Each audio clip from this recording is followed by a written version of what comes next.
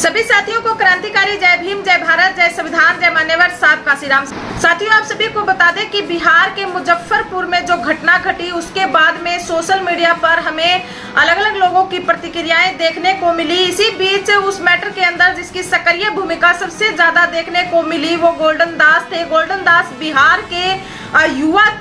दलित चेहरा है जो समाज के ऊपर हो रहे अन्याय के खिलाफ सड़कों पर आवाज उठाते हैं। महिलाओं के साथ अगर उत्पीड़न का कोई मामला होता है तो सबसे पहले गोल्डन दास आगे नजर आते हैं। बिहार के अंदर अच्छी खासी उनका नाम है और उनका चेहरा है और दलित समाज के साथ साथ महिलाओं पर अगर कोई एट्रोसिटी होती है तो वो खुलकर बोलते हैं। शासन प्रशासन के साथ साथ सरकार पर भी वो सवाल खड़े करते हैं। इसी बीच बता दें कि बिहार के मुजफ्फरपुर में जो घटना हुई उसके बाद उनकी सक्रियता जिस तरीके से उस मैटर के अंदर लग रही थी और प्रशासन को जिस तरीके से चेतावनी दी जा रही थी कि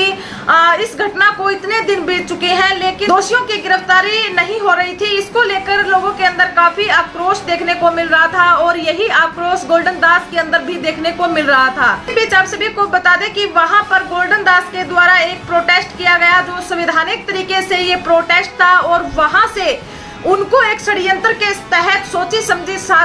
साजिश के तहत वहां से उन्हें अरेस्ट किया गया। उन पर जिस तरीके के आरोप वहां की पुलिस प्रशासन की तरफ से लगाए गए कि वहां पर उन्होंने जो वक्तव्य रखा, जो भाषण रहा गोल्डन दास का वो हिंसात्मक था। उसके बाद वहां पर हिंसा भड़की और लोगों के घरों में लूटपाट उन्होंने की, तोड़फोड़ की, चोरी की, इस तरीके के तमाम एलिगेशन लगाते हुए गोल्डन दास को अरेस्ट किया गया। गोल्डन दास के अरेस्ट होने के बाद कुछ ही समय बाद प्रेस मीडिया के सामने एक वीडियो तेजी से सोशल मीडिया पर वायरल हुआ जिसमें वो माफी मांगते हुए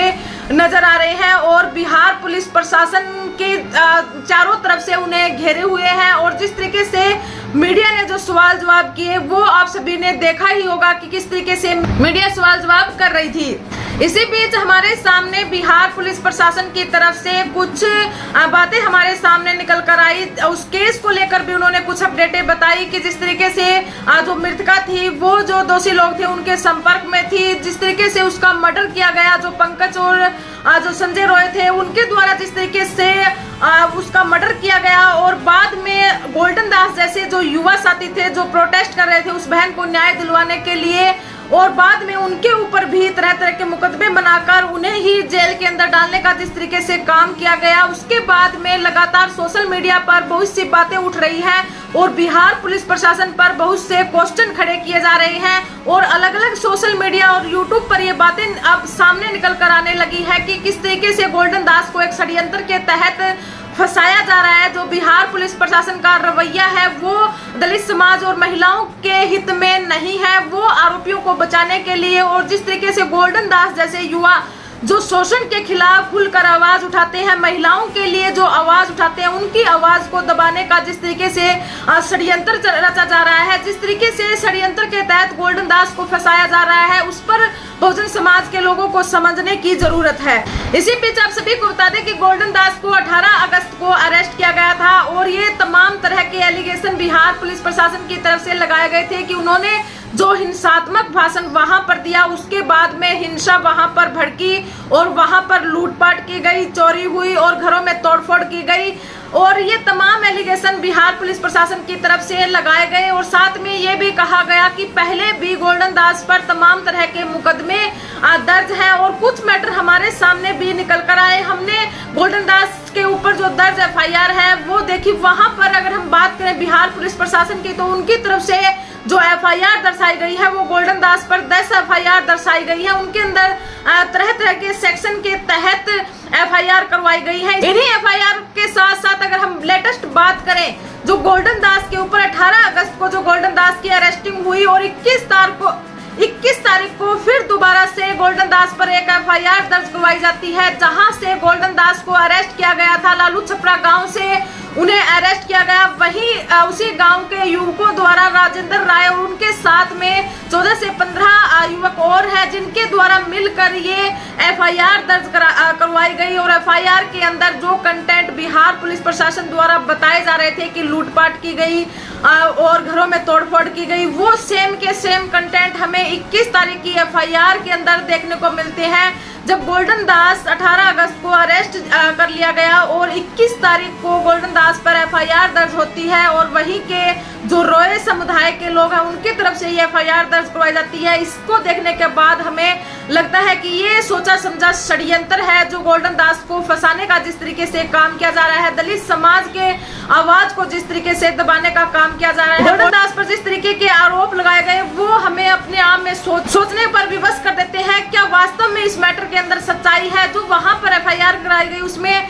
ये कहा गया कि हमारे घर पर गोल्डन दास ने एंट्री की, वहां पर ट्रंक तोड़े गए और वहां पर पैसों की चोरी की गई। किसी ने 1.5 लाख रुपए लिखवाया गया तो किसी की तरफ से 2 लाख रुपए लिखवाया गया। वहीं पर जो जेवरात है उनकी चोरी का इल्जाम गोल्डन दास पर लगाया गया। सामान से तोड़फाड़ करने का इल्जाम वहां पर लगाया गया। बाइक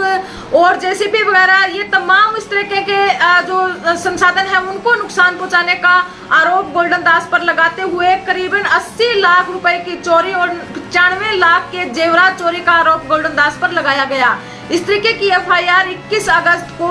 दर्ज करवाई गई, जबकि गोल्डन दास की अरेस्टिंग 18 अगस्त को हो चुकी थी। आप सभी को बता दें कि बिहार पुलिस प्रशासन का जो रवैया रहा, जिस तरीके की स्टेटमेंट बिहार पुलिस प्रशासन की रही, अगर उनकी स्टेटमेंट पर जाते हैं तो उन्होंने ये बात बखूबी से कबूल की कि जो दोषी लोग थे उनके संपर्क जो मृतका थी उसके साथ काफी लंबे समय से थे और उनके साथ में जो मृतका थी वो घर से बाहर मिली और वहां पर गांव के युवकों और दोषी लोगों के बीच हाथापाई हुई। उसके दौरान जो दोषी लोग थे उन्होंने मृतका के ऊपर वार किए और डर और भय के कारण उन्होंने अटैक किए। इससे जो मृतका थी उसकी डेथ हो गई। पुलिस प्रशासन की तरफ से ये भी कहा गया कि मृतका के साथ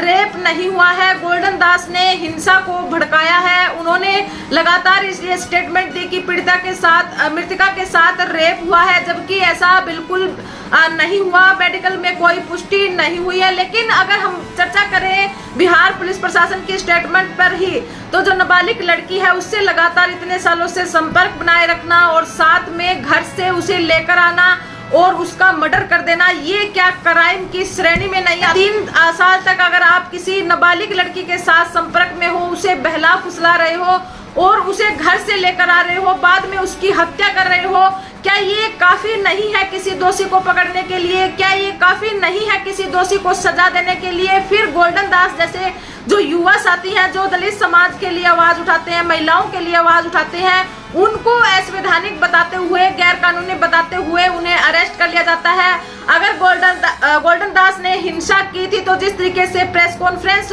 उसको माफी मंगवाने के लिए की गई, तो फिर वही कॉन्फ्रेंस जो वहां पर हिंसा भड़की, वो वक्तव्य, वो भाषण भी सबके सामने आना चाहिए और मीडिया पत्रकारों के सामने आना चाहिए, जिसके बाद ये हिंसा भड़की। उनका जो भाषण है वो भी लाइव दिखाना चाहिए।